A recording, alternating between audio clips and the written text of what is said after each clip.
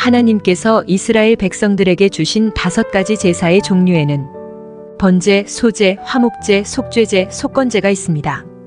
하나님께서는 이 제사를 통해 하나님과의 관계 회복과 교제를 위한 다양한 측면을 보여주십니다. 각각의 제사는 특정한 목적과 의미를 가지고 있으며 하나님과 인간 사이의 관계를 풍성하게 하고자 하는 하나님의 사랑과 은혜를 나타냅니다. 번제는 인간의 죄를 대신하여 짐승을 희생시키는 제사로 하나님께 온전한 헌신과 경배를 드리는 방식으로 발전했습니다. 이 제사는 사람이 하나님께 자신의 모든 것을 바치는 상징적인 행위로 하나님과의 관계 회복을 위한 중요한 제사였습니다. 번제를 드리는 이유는 하나님께 인간의 죄를 사함받고 그분과의 관계를 회복하며 그분께 온전히 헌신하는 것을 나타내기 위함입니다. 또한 이는 하나님을 향한 감사와 경배의 표현이기도 합니다. 아브라함이 그의 아들 이삭을 번제로 드리려 했던 사건이 있습니다. 이 사건은 창세기 22장에 기록되어 있으며 하나님께서 아브라함의 믿음을 시험하시기 위해 이삭을 제물로 드리도록 하셨습니다. 아브라함은 하나님의 명령에 순종하여 아들을 드리려 했으나 하나님께서는 마지막 순간에 천사를 보내어 아브라함을 막으시고 대신 순양을 제물로 드리도록 하셨습니다. 이 사건은 아브라함의 믿음과 순종을 하나님께서 인정하시는 중요한 장면입니다. 이러한 번제는 예수 그리스도의 희생을 예표한다고 볼 수 있습니다. 예수님은 우리의 죄를 위해 온전히 희생되셨고 그분을 통해 우리는 하나님과의 관계를 회복할 수 있게 되었습니다. 히브리서 10장 12절에서는 그는 죄를 위하여 영원히 한 번의 제사를 드리시고 하나님 우편에 앉으셨느니라 라고 기록되어 있습니다. 이는 예수님의 희생이 모든 번제의 완전한 성취임을 보여줍니다. 구약 성경에서 소제는 곡물로 드리는 제사를 말합니다. 이는 레위기 2장에서 자세히 설명되어 있으며 곡식가루에 기름과 유향을 더해 제단에 드리는 방식으로 진행되었습니다. 소제의 유래는 이스라엘 백성이 하나님께 대한 감사를 표현하기 위해 드린 제사로 그들이 하나님께서 주신 풍요로움에 대한 인식을 새롭게 하고자 하는 마음에서 비롯되었습니다. 이는 또한 하나님께서 우리에게 주신 것들에 대한 감사와 헌신을 표현하는 제사이기도 했습니다. 이스라엘 백성들은 약속의 땅에 들어가 곡식을 수확할 때마다 하나님께서 주신 땅과 그 땅의 소출에 대하여 감사를 표현했습니다.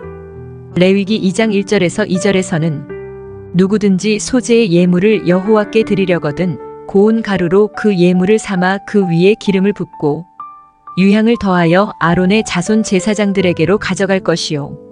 제사장은 그것에서 기념할 것을 그의 손으로 집어 제단 위에 불사를 찌니 이는 화제라 여호와께 향기로운 냄새니라 라고 기록되어 있습니다. 이 말씀은 우리가 하나님께 드리는 모든 것들이 그분께 기쁨이 된다는 것을 말해줍니다. 구약 성경에서 화목제는 하나님과 사람 간의 관계 회복과 화목을 상징하는 중요한 제사입니다. 화목제는 구약 성경 레위기 3장에서 처음 언급되며 이는 하나님과의 화목을 유지하기 위한 제사로 드려졌습니다. 제물로는 주로 소, 양, 염소 같은 가축이 사용되었고 고기의 일부는 하나님께 드려지고 나머지는 제사를 드리는 자와 가족이 함께 나누어 먹었습니다. 이는 공동체와의 연대감을 강화하고 하나님과의 화평을 상징했습니다. 화목제는 감사와 찬양을 하나님께 드리기 위한 제사로 이스라엘 백성들은 하나님께 받은 은혜와 축복에 대한 감사의 표시로 화목제를 드렸습니다.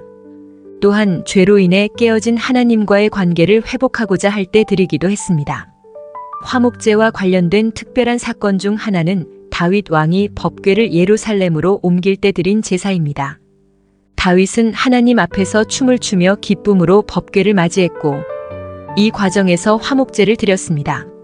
사무엘하 6장 17절에서 18절에 따르면 다윗은 이 제사를 통해 하나님께 감사와 찬양을 드리며 이스라엘 백성과 기쁨을 나누었습니다. 화목제는 그 자체로 하나님과의 관계 회복과 공동체의 화합을 상징하며 오늘날 우리에게도 감사와 찬양으로 하나님과의 관계를 지속적으로 유지하라는 교훈을 줍니다. 속죄제는 구약 성경에서 하나님과의 관계를 회복하기 위한 중요한 제사 중 하나였습니다. 속죄제는 레위기 4장에서 자세히 설명되어 있습니다. 이 제사는 하나님의 계명에 어긋나는 죄를 지었을 때 그 죄를 속하고 회복하기 위해 드리는 제사였습니다. 속죄제의 목적은 죄를 깨끗하게 하고 하나님과의 관계를 회복하는 것이었습니다. 죄를 지은 사람은 자신이 지은 죄를 인정하고 그 죄를 속하기 위해 하나님께 제물을 드렸습니다. 이는 하나님께서 죄를 용서하시고 그 사람과의 관계를 회복하심을 의미합니다.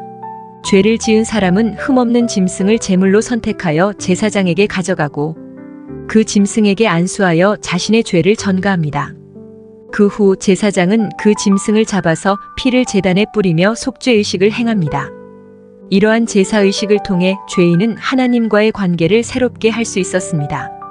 성경에서 특별히 두드러지는 속죄제 사건 중 하나는 레위기 16장에 나오는 대속죄일입니다. 이날은 온 이스라엘 백성의 죄를 속하기 위해 대제사장이 성소에 들어가 속죄제를 드리는 날이었습니다. 대속죄일은 1년에 한 번 이스라엘 백성 전체의 죄를 속하기 위한 특별한 날로 백성들이 하나님 앞에서 죄를 회개하고 새롭게 시작할 수 있는 기회를 주었습니다. 이 모든 것은 하나님께서 죄를 얼마나 심각하게 여기시는지, 그리고 그 죄를 용서하시기 위해 얼마나 큰 자비를 베푸시는지를 보여주는 중요한 제사였습니다. 이러한 속죄제의 궁극적인 성취는 예수 그리스도의 십자가 사건을 통해 이루어졌습니다. 히브리서 9장 26절은 그리스도께서 자기를 단번에 제사로 드려 죄를 없이 하시려고 세상 끝에 나타나셨느니라 라고 말씀하십니다. 예수님은 우리의 속죄를 위해 자신을 온전한 제물로 드리셨습니다. 속건제는 구약 성경에서 하나님께 범죄한 사람이나 공동체가 그 죄를 용서받기 위해 드리는 제사입니다. 레위기 5장과 6장의 속건제에 대한 규례가 자세히 나와 있습니다. 속건제는 주로 두 가지 경우에 드려졌습니다. 첫째, 하나님의 성물에 대해 무지로 죄를 범했을 때입니다. 예를 들어 제물을 드리거나 성소의 성물들을 다루는 데 있어 실수나 부정함이 발생했을 경우입니다. 둘째, 이웃과의 관계에서 거짓 맹세나 사기 등을 통해 잘못을 저질렀을 때입니다. 속건제를 드리는 이유는 하나님과의 관계를 회복하고 범죄로 인해 손상된 도덕적, 윤리적 관계를 바로잡기 위함입니다. 속건제는 죄를 고백하고 하나님 앞에 용서를 구하는 행위로서 제사자는 자신의 죄를 인정하고 하나님께 그것을 고백하여 용서를 받습니다. 이때 제물로는 주로 순양을 드립니다. 성경에서 속건제와 관련된 특별한 사건 중 하나는 이스라엘 백성이 하나님께 범죄했을 때 그들이 속건제를 통해 하나님과의 관계를 회복한 예입니다. 예를 들어 여호수아 7장에서 아간이 이스라엘 군대가 아이성을 정복하는 과정에서 하나님의 명령을 어기고 전리품을 감추었을 때 이는 이스라엘 전체의 큰 죄가 되었습니다. 이 사건은 속죄와 회복의 중요성을 보여주는 대표적인 예입니다. 속건제는 오늘날 우리에게도 중요한 교훈을 줍니다. 우리가 죄를 지었을 때 진심으로 회개하고 하나님께 용서를 구하는 것이 중요합니다. 요한일서 1장 9절에는 만일 우리가 우리 죄를 자백하면 그는 미쁘시고 의로우사 우리 죄를 사하시며 우리를 모든 불의에서 깨끗하게 하실 것이요 라고 말씀하고 있습니다. 이 말씀은 하나님께서 우리의 회개를 기쁘게 받으시고 우리가 진정으로 돌아올 때 우리의 죄를 사하여 주신다는 약속을 담고 있습니다. 속건제는 단순한 의식 이상의 의미를 지니고 있으며 하나님과의 올바른 관계 회복을 위한 중요한 과정임을 기억해야 합니다. 이러한 제사들은 하나님과의 관계를 강화하고 인간 사회 내에서 올바른 관계를 유지하는 데 도움을 주는 도구로 사용되었습니다. 이를 통해 하나님은 우리에게 죄사함과 화해, 감사와 헌신의 중요성을 가르치시며 우리 삶 속에서 하나님께 영광 돌리도록 인도하십니다. 우리도 이러한 제사의 의미를 실천하기 위해 우리의 삶을 하나님께 헌신하고 감사하며 화목을 이루고 회개하는 마음을 가져야 합니다. 이러한 삶을 통해 우리는 하나님과 더 가까워질 수 있습니다.